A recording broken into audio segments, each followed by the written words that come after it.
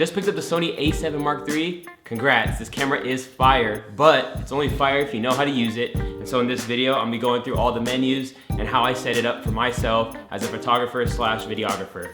Let's get it.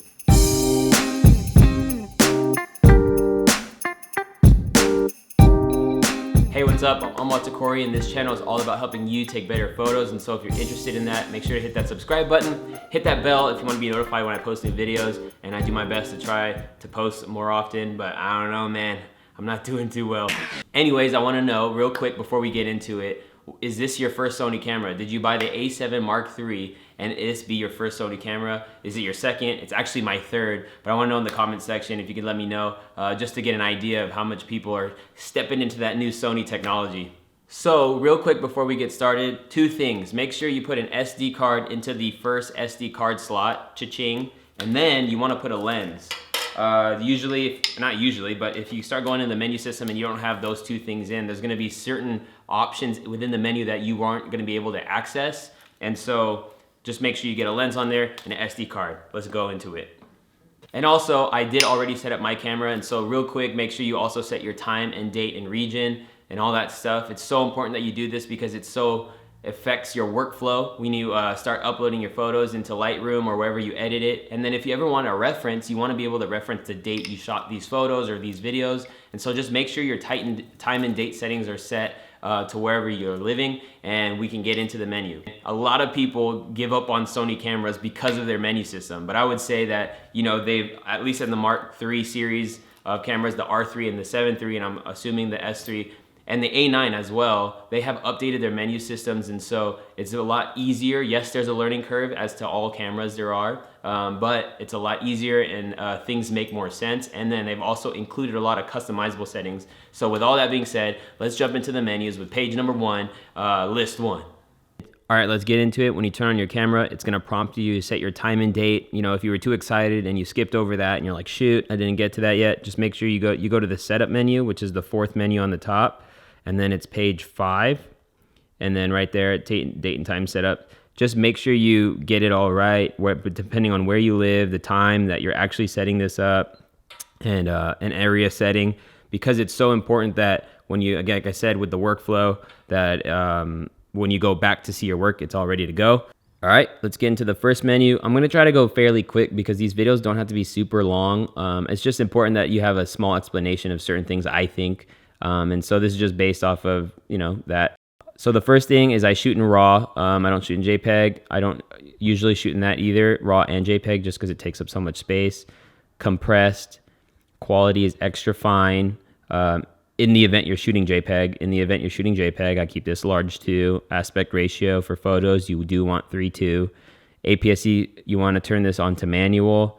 I love this because it allows you to crop in, one of my favorite features on the Sony. As you can see, like the little seat right there, I've customized the trash button to just zoom in. So if I'm shooting a wedding, if I'm shooting anything, I can zoom in, and it gives you almost 2 focal distances with whatever lens you have. This is a 55. Now when I hit this, it's almost like a 75, 80, which I love about the Sonys. The second thing you don't have to worry about, just keep this as is. Drive mode is all about how you know, whether you want a single shot like this, or you can do continuous and get that 15 or 15 images a second, which is dope. And then you can also shoot that in silent, but that's another setting. This 1 to 2 memory thing is only if you want to assign these 2 buttons. As you can see, the 1 and the 2, if you want to assign different settings to those buttons. Typically, I think people do that with video. You know, one is set to slow-mo settings. The other one is set to like a real-time 4K, 24 frames or 30 frames.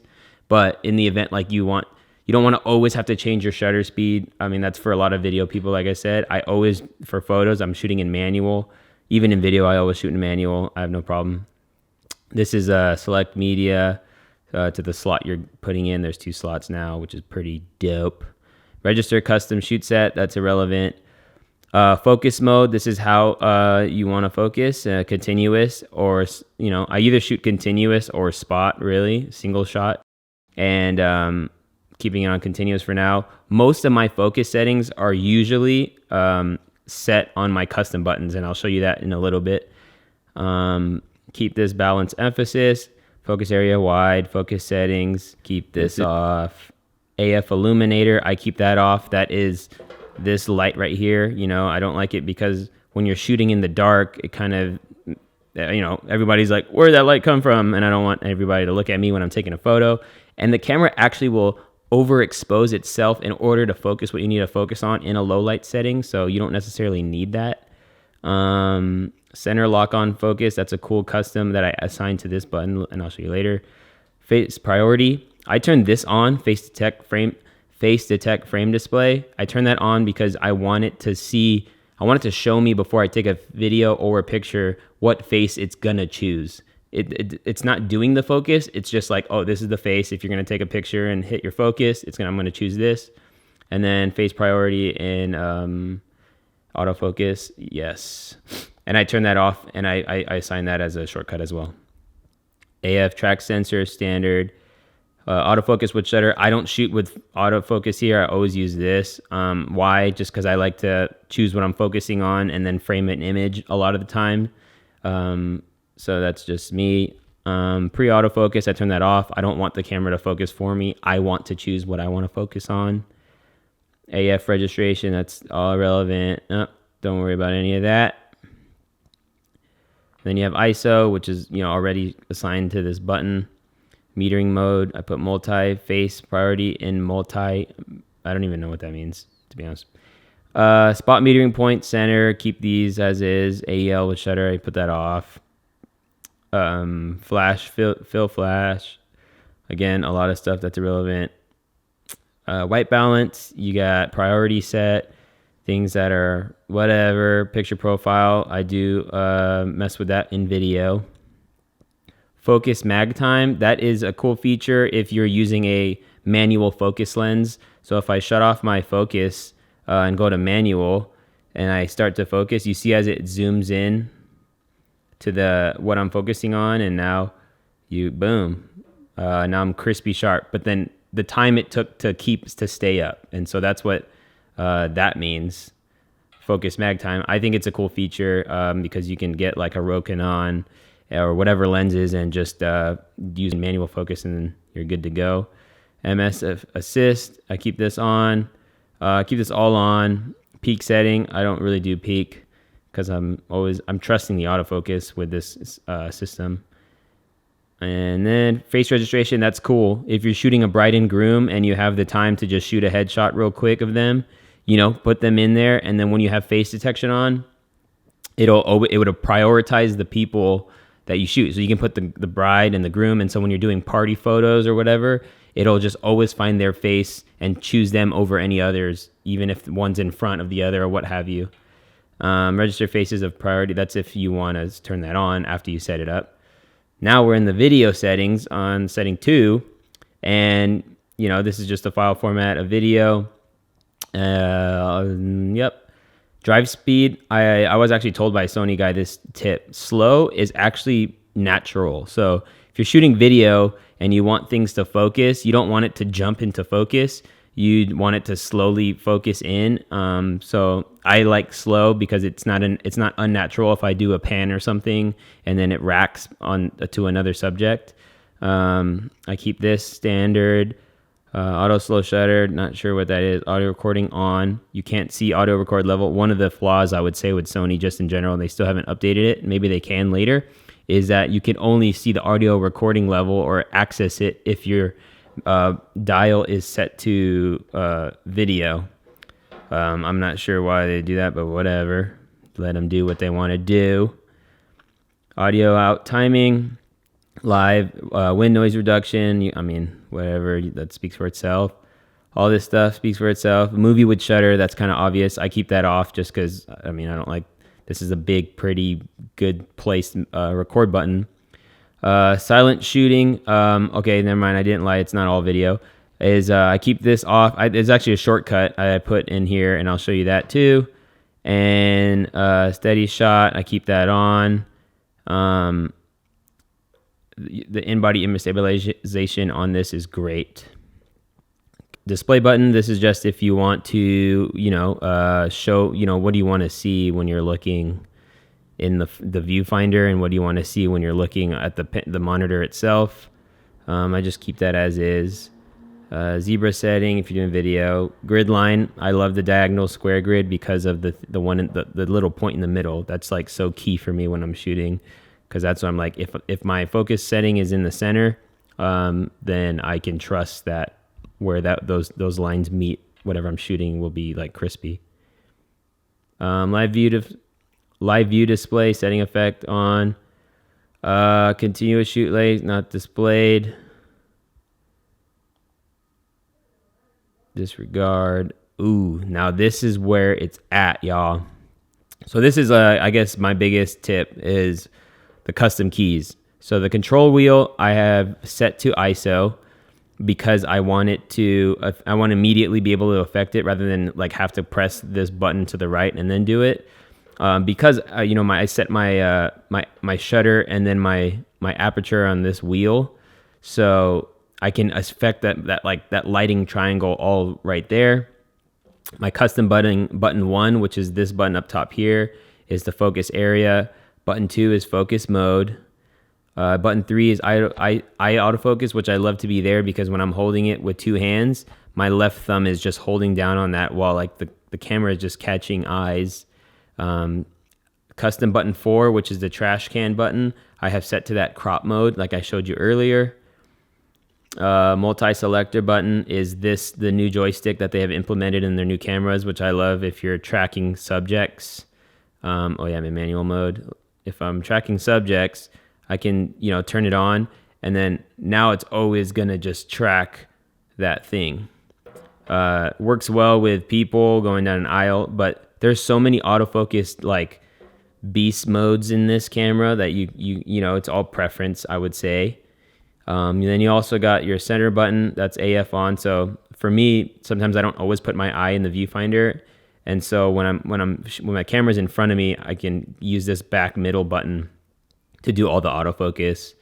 Left button is drive mode, so if you want to do high continuous, single shot, or a timer.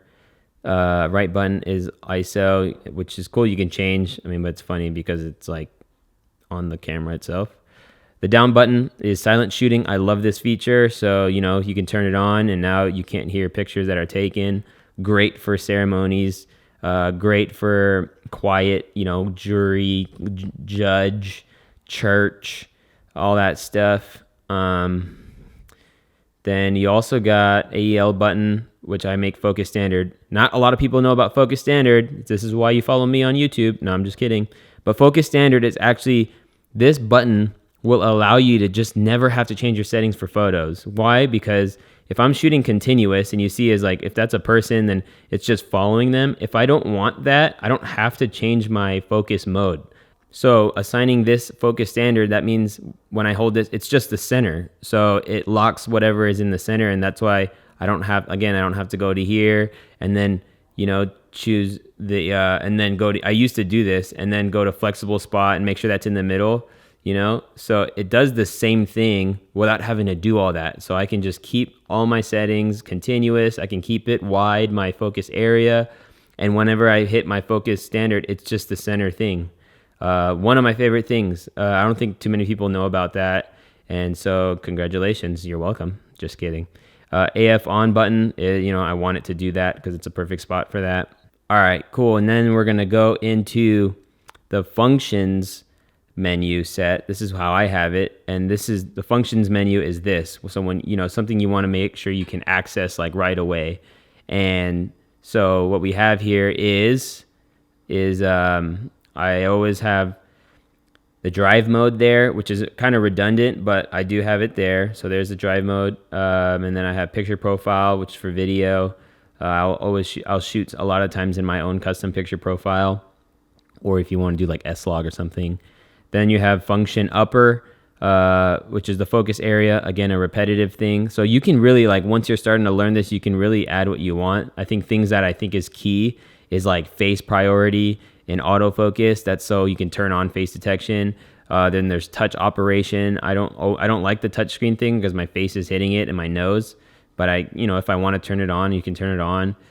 White balance, of course. And so all those things, creative style. And by the way, I always shoot in neutral when I'm doing photos. Just keep that in mind. You want it kind of you want neutral settings because you want to edit as best as you can, and add your flare dial setup. So I have the back button set up to do my aperture, and you can switch that easily right here. But it's either one of the two. So there you go. Put that back, and then we're going. Movie button always. Sometimes I jump to and from, and I'll shoot video even though I'm in my photo setting, my manual shooting setting. Audio signals off. That's just like the beep and all that stuff. I don't need all that. It's kind of annoying, like dee when it focuses. Again, it's a thing to just be quiet when you're on the wall, fly on the wall shooting. You don't want it to go dee all the time when you're focusing. Send to smartphone. I love this feature. Make sure you download the app, the Play Memories app on your phone, and just be able to shoot over photos. I love doing that for weddings and just getting images on social right away. Playback is all these. I love this rating feature. If you don't know, when you shoot photos, you can actually rate it. And so what I do, so I'm going to backtrack a little bit, but I'm going to go back to custom menu. And this is something you should definitely take into mind or take into consideration. So under custom menu, when you go to this play one, that's like when you're looking at an image, when you hit play, what do certain buttons do? So I have assigned custom button 3 to rate images. And why that is super cool is if you ever have downtime, like you're in a car and someone else is driving and you just got done with a shoot, you can get ahead in your workflow. Look at your images, like, scan your images, blah, blah, blah. And then if you want to rate them, you can. And so I hit the C button, and then, you can see the little 5 stars up at top. Speed up your workflow so that when you get home, you already have rated photos. Like in Lightroom, you can just change the rating. I'll do a tutorial on that not too long from now. You can just, rate your photos as you're like in the car waiting, or if you found some downtime, and just rate your stuff. You can't rate on a video. But anyway, that's just the rating feature, which I love. And then all these things are kind of, I skip over. Manual brightness, I do that manual.